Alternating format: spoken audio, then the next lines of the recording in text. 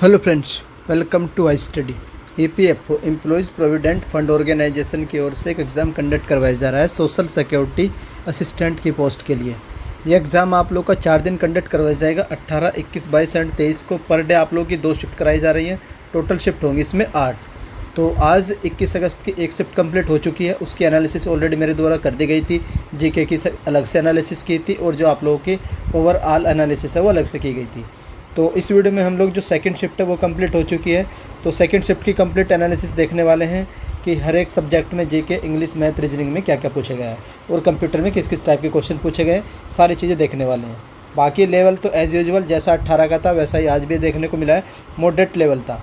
सबसे पहला section GK आता है तो जीके मॉडरेट थी। स्टेटमेंट बेस्ड वाली जीके थी आप लोग की, match of the following type की थी। पैटर्न तो थोड़ा सा एसएससी बोल सकते हैं इसको। बाकी जो क्वेश्चन आप लोग के match of the following types के आ रहे हैं।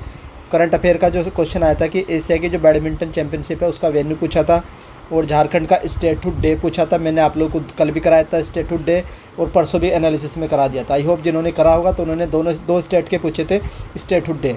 उसके बाद एक ट्रॉफी दी जाती है क्रिकेट में, सर गारफील्ड सोबर्स ट्रॉफी। तो ये पूछा था कि वो किस कंट्री को बिलोंग करते हैं।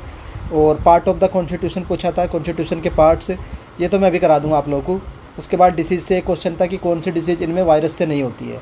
देन हिस्ट्री के 2 से 3 क्वेश्चन थे। एक ऑब्जेक्टिव रिजोल्यूशन था वो पंडित जवाहरलाल नेहरू ने पास किया था, उससे रिलेटेड एक क्वेश्चन पूछा गया था। उसके बाद ज्योग्राफी से रिलेटेड क्वेश्चन था और पॉलिटी से।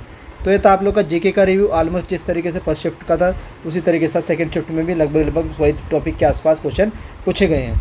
आई होप आप लोग को ये जो है इन्फॉर्मेशन पसंद आई होगी और आप लोग इसका स्नैपशॉट ले सकते हैं जिनका भी एग्जाम सेकंड शिफ्ट में था। बाकी सेकंड शिफ्ट वाले कैंडिडेट कमेंट करके बता दीजिएगा सर जीके के ये क्वेश्चन पूछे गए थे, जिससे मैं जो 30 क्वेश्चन आप लोगों को कराऊंगा वो एग्जैक्ट आप लोगों के क्वेश्चन मिल जाए। तो प्लीज़ आप लोग कमेंट कर दीजिएगा कि सेकंड शिफ्ट में ये क्वेश्चन पूछे गए थे, जिसको भी जो भी याद है। अब चलते हैं नेक्स्ट सेक्शन पर। नेक्स्ट सेक्शन आता है आप लोग का इंग्लिश वाला। तो इंग्लिश का देख लेते हैं। इसमें आप लोग का पैसेज पूछा गया था, 10 क्वेश्चन थे उसमें। क्लोज टेस्ट के 3 से 4 क्वेश्चन, डायरेक्ट इनडायरेक्ट सबसे ज़्यादा आप लोग को ध्यान रखना है। एक तो क्लोज टेस्ट पूछा जा रहा है, उसके बाद क्लोज टेस्ट, डायरेक्ट इनडायरेक्ट और एक्टिव पैसिव और नरेशन।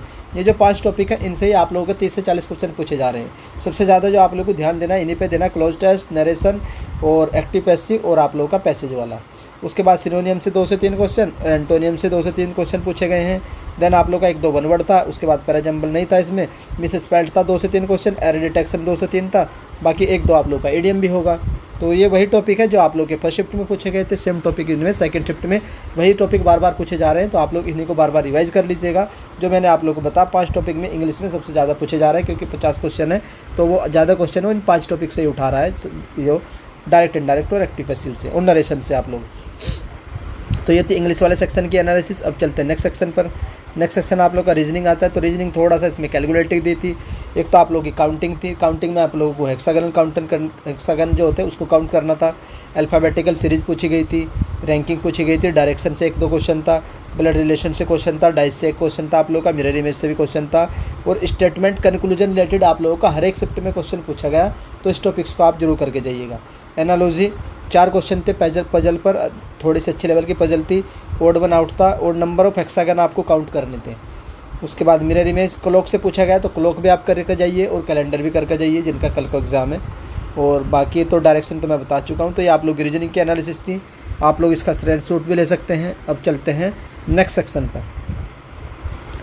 नेक्स्ट सेक्शन आता है आप लोग का मैथमेटिक्स वाला। तो मैथमेटिक्स में आप लोगों का अर्थमेटिक पूछा जा रहा है, एडवांस मैथ नहीं पूछा जा रहा है। अर्थमेटिक में आप लोग का परसेंटेज से क्वेश्चन, टाइम एंड वर्क से क्वेश्चन।